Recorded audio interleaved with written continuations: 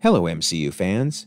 Today we're going to look at the question of when does Wakanda Forever happen in the MCU timeline? Now, if you haven't seen the movie yet, there will be spoilers, but if you haven't seen the movie, what are you waiting for, right? Go see it. It is fantastic. You will love it.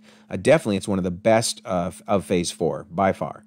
But either if you don't mind spoilers, or if you have seen the movie, then let's dive right in and see when does Wakanda Forever happen in the MCU timeline. Now, as you know from most of my timeline videos, I like to start with the Disney Plus monthly breakdown for Phase 4. And I realize not everyone agrees with Disney Plus's timeline, but I have in earlier videos explained why I think their timeline is correct, so you can check those videos out. And then obviously the Disney Plus timeline does not break down by month or even year, but in the earlier videos I explain how the months and the years lay out, and really with everything happening in such a short period of time, just a 2-year span, you really need to go down to the month level to really figure out where everything's at. All right, so I had predicted that Wakanda Forever would be in November of 2025 before seeing the movie. The reason I kind of placed it there is, for the most part, the movies come out in chronological order. The TV shows, no, they're all over the place, and that's fine. But the movies, Marvel seems to keep moving the timeline forward. What do I mean? Well, you have Avengers Endgame came out, then Far From Home, then Shang-Chi, then Eternals, and you got to wonder when Disney Plus puts No Way Home in the timeline, whenever it finally shows up on Disney Plus.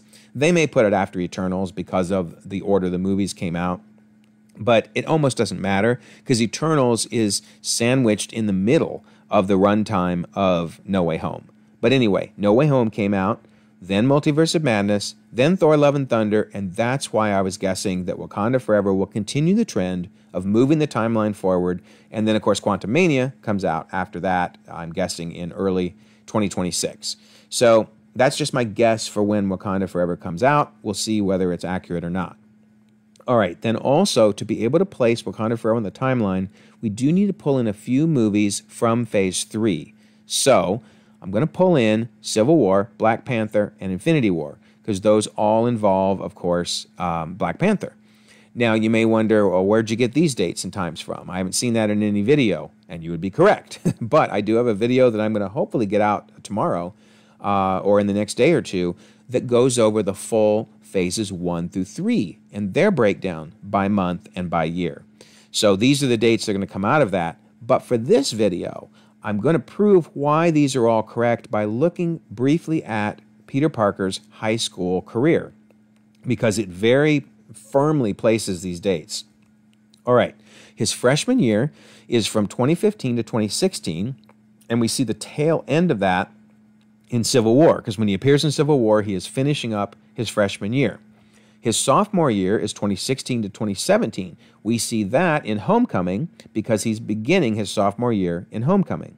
His junior year, part 1, is from 2017 to 2018, and we see that we see the end of his junior year in Infinity War when he gets blipped away, almost having finished his junior year. Then he has to go through the junior year a second time in 2023 to 2024, and we learn that, of course, in Far From Home, where they were almost done but had to repeat the entire junior year. Now, keep in mind, they come back from the blip in October, so they lucked out and didn't have to redo maybe 1 month of junior year, but they had to redo their entire junior year in Far From Home. Then in No Way Home, he starts his senior year, which would be 2024 to 2025. Of course, he never completes his senior year because of the spell, and everybody forgets who he is, and he has to do GED. Such a bummer. But he has had a really, really tough high school 4 years. Or 5 years. Oh, goodness. All right, so then if you look at the timeline real quickly, so Civil War, that's the end of his freshman year. Homecoming is the beginning of his sophomore year. Avengers Infinity War, and this one's really important, is the tail end of his junior year. It cannot be any later than June, or his junior year would have been complete. So you're going to see how this really is important as we get further into looking at Wakanda Forever. Then he does junior year number 2 in Far From Home, and he does part of his senior year, and then, of course, his GED in No Way Home. All right, sorry for that brief digression, but it's really important that you see that these dates matter. And I sure hope Marvel is keeping track of these dates. All right, finally, let's move into the Easter eggs from Wakanda Forever. So one of my favorite was that Val is now the head of the CIA, the director of the CIA. Wow. I didn't see that coming. That is huge. Because if she's got the power of the government and she's running the Thunderbolts, oh my goodness. In fact, I think they really set up what might be at least part of the plot, if not the full plot, from the Thunderbolts movie. Because we see in Wakanda Forever that both France and the U.S. in particular are just, mad after the vibranium. But they're trying to get it from outside of Wakanda. Then Val, when she starts talking about vibranium, she's like literally salivating. She's so excited at the premise of getting vibranium. I think by the time of the Thunderbolts, she's going to lead a team, the Thunderbolts team, into Wakanda. We're going to start to see the relationship between Wakanda and the U.S. completely break down, and I'm just guessing that might well be the plot. That would be pretty cool. All right, we also learned that Val and Everett Ross were married and then divorced, and then she arrests him. Of course, he did illegally talk with Wakanda, outside of diplomatic channels, but still, wow. And then, of course, he gets broken out at the very end as well. I think that's setting up Secret Invasion, because this screen capture is from Secret Invasion trailer where he's on the run. So, wow, that means basically Wakanda Forever helped set up both Thunderbolts and Secret Invasion, potentially. Okay, but what does this mean for the timeline? Well, it means Wakanda Forever has to happen after June of 2024, which is the end of Falcon and the Winter Soldier, because she was not recognized by a U.S. agent as being the director of the CIA. Now, granted, I couldn't tell you who in the real world the director of CIA is, because I don't know that I care. But Walker would have known, for sure. But he had no clue who she was. So it's very likely that she got promoted to director of CIA sometime after Falcon and the Winter Soldier. Therefore, Wakanda Forever has to happen after June of 2024. Cool. All right. What else do we have? There's a new Asgard Easter egg, which these screen captures are terrible, I realize, but once it comes out on video, it'll be a lot better. But the ticker down below says, Ritson signed trade pact with New Asgard to create and then a little bit further, there's another word which I can't even read. But anyway, the important part is Ritson and trade pact with New Asgard. So who on earth is Ritson? Ritson is the new president of the U.S., and we learn more about him, and he will appear in Secret Invasion. So basically, the ticker is telling us that the president is signing a peace or a trade pact with New Asgard. Well, it's very likely this happens after the news ticker in Spider-Man No Way Home, which was the beginning of the movie, so July 2024, because it talks about political turmoil continues in New Asgard. Not that you can't do a trade pact while there's political turmoil, but my guess is that even though King Valkyrie had been, made the king by Thor, it's very likely that, the rest of the politics of New Asgard took a while to work out. Because now they're in the world. It's no longer New Asgard where you're the only political entity. You got to figure out how to relate with the rest of the world. So my guess is, therefore, Wakanda Forever has to happen after the beginning of No Way Home. So now we've moved from June of 2024 to where it's got to be after July of 2024, because there's no way they would be signing this trade pact if there was all kinds of political turmoil. Okay, cool. Next, the main part of the movie is 1 year after T'Challa's death, because they show his funeral, which is seen here, and then it picks up 1 year after that. So what does that tell us?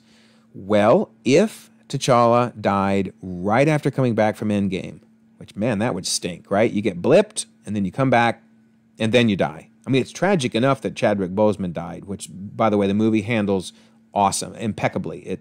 I mean, there was no better way to handle it. So you got the real-world tragedy, then you got the in-universe tragedy of them losing their king. On top of that, if he came right back from Endgame and then died, man, that would be awful. But they don't tell us. The key is they don't tell us how long after he came back he died. But we can say it has to be at least a year, right? Because the movie picks up a year after his death. So if he died right after coming back, then the earliest now the movie could occur is October of 2024. My guess, though, is he did live for a certain amount of time. We just don't know how much. And that, which, wouldn't it be wonderful if that means he got to actually see his son? I hope. I really hope. But anyway, So it really could be anywhere after October. I mean, if he lived for 2 years, for example, and then it could be all the way into October of 2026. So anyway, all this does is tell us it has to be after October of 2024.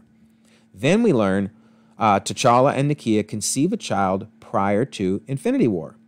Well, I guess when you look at this screen capture, you're not surprised, right? It looks like they're going to turn on some romantic music tonight. But yeah, they rekindle their relationship and they have their child prior to Infinity War. It's certainly implied it was very soon prior to Infinity War, like we're talking April of 2018 or May right before the snap, because no one knew Nakia was pregnant. And you would think once she started showing the baby bump that it would likely be, they would be aware. And we know that she left New Asgard. Yeah, she left Wakanda before anybody knew she was pregnant. So right after T'Challa was blipped away. Okay, so she had they conceived a child right before Infinity War. Then we know present day in the movie, present day, that she left Wakanda 6 years ago. And by the way, this is already after the 1 year time jump. So we know it's not like the 1 year plus 6 years. That it was easy to throw that in your brain, but this is happening after the 1 year time jump that they mentioned. 6 years ago is when she left Wakanda. Okay, well, if she left not long after the snap, which is certainly implied, then 6 years would be okay around the time of Falcon and the Winter Soldier. But we know it's got to be more than that, right? Because we've already realized that it's got to be after October because of 1 year after T'Challa's funeral. Okay, well, we can kind of fudge 6, right? I mean, if it was 6 years and 3 months, do you still say 6 years? Yeah, probably. In fact, if it was 6 years and 7 months, you might even still say 6 years. So, hey, we're going to go to December, right? Because that gets us past 1 year from Endgame. And this would mean T'Challa lived 2 months, which again means he got to see his child, which would be wonderful. Okay, cool. But then let me throw this out. I wonder if Marvel has done the same analysis that we all do, and if they realize Infinity War has to be in May. Has to be. Can't be any later than May or maybe June. I'm wondering if they think it's in October. And I only say that because they keep saying 5 years later, 5 years later. Well, it really wasn't 5 years later that everybody came back in Endgame.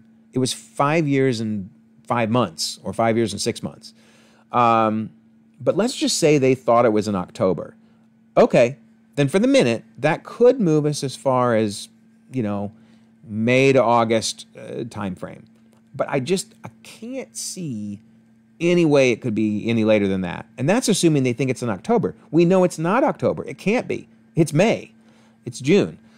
Which again, in my video for phases 1 through 3, I'll explain why I think it has to be May specifically. But for the minute, it could be June and still work with Peter's school year. But the point is, it's May. It's May or June. So the latest that you could make the 6 year line work is December of 2024. Okay, that's fine. I don't have an issue with that because every Easter egg up to this point all works perfectly. Then they drop this one on us. Scott Lang's book tour Easter egg. Lang continues tour in support of autobiography, Look Out for the Little Guy. Okay, let's be clear. We're not talking about his podcast, Big Little Me, that was mentioned in Miss Marvel. This is a different thing from that. This is his book tour that presumably he is still on in Quantumania. Now, I haven't even seen this trailer because it was only released at Comic-Con and D23. So this is a screen capture somebody else got and put on the internet. But presumably, he's still on the book tour. Now, book tours don't normally go more than a few weeks because they're very expensive to the publisher. But we are talking about Ant-Man. He's a rock star. So I could see it being several months. But, they're not forever. You don't go on a book tour forever. So this seems to move us later in the timeline again. Closer to that November that I had thrown out when I was just guessing. Because if he's still on the book tour in Quantumania, and if Quantumania is next year, which I'm presuming it will be in 2026, we got to wait till it comes out to find out, then the book tour is going to go up to that point in time. So I I don't know what's going on now, right? I mean, they've now moved it later in the timeline. So, I hate to do this, but let's look and see what Nate Moore had to say. And I mentioned this in an earlier video, but it's going to have even more significance now. So they asked Nate Moore when, and he's a producer, a high-level producer. They asked him, when does it happen? What year? What year? And he says, oh boy, in terms of years, I couldn't tell you. I could tell you where it sits in the other movies because I would try to do it somewhat chronologically. Notice, chronologically. But if you ask me, if you held a gun to my head, I probably would get the year wrong. And I don't understand this. I talked about this in my other video. I don't get it. And here's why I really don't get it. Look at Miss Marvel. Miss Marvel prominently showed the year. So Marvel knows the year. They're not confused. I don't know how Nate Moore doesn't understand the year. And he was not the producer of Miss Marvel. That's not my point. I'm just simply saying Marvel knows the year it's happening. So I don't know why Nate Moore doesn't know it.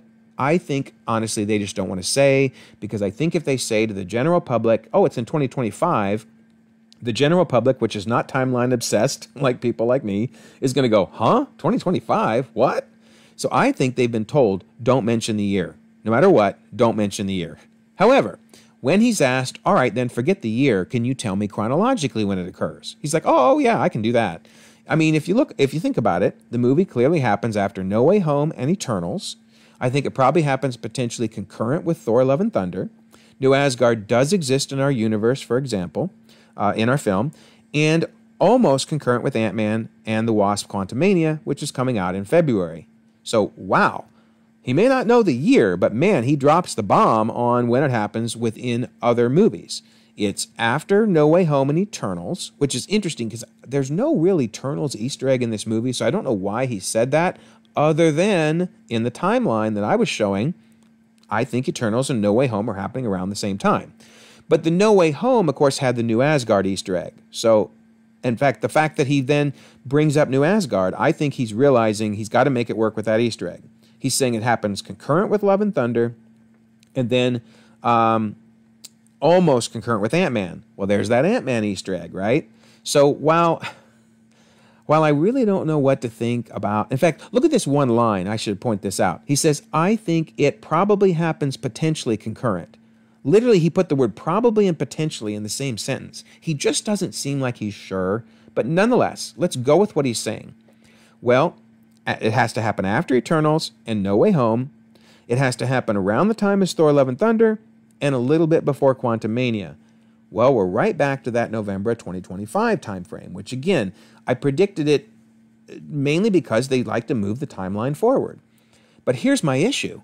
It does not work if it's in November 2025 with that 6-year line.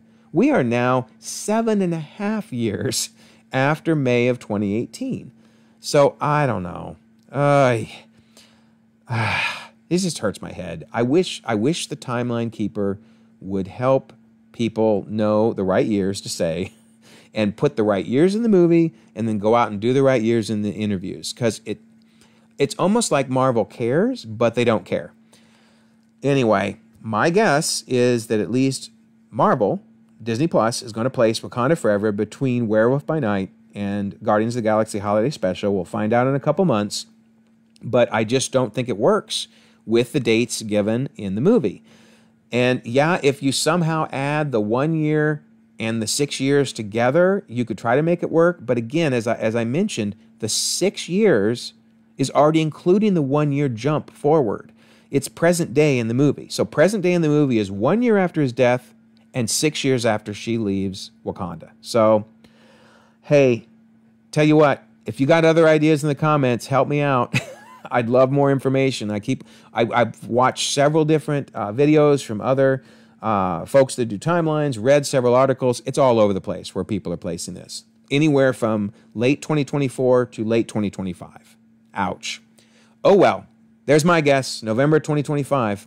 So now we await the arrival of Wakanda Forever on Disney Plus so that there can be even more debate, right? Oh, hurts my head. Oh well. You know, bottom line, it's a great movie.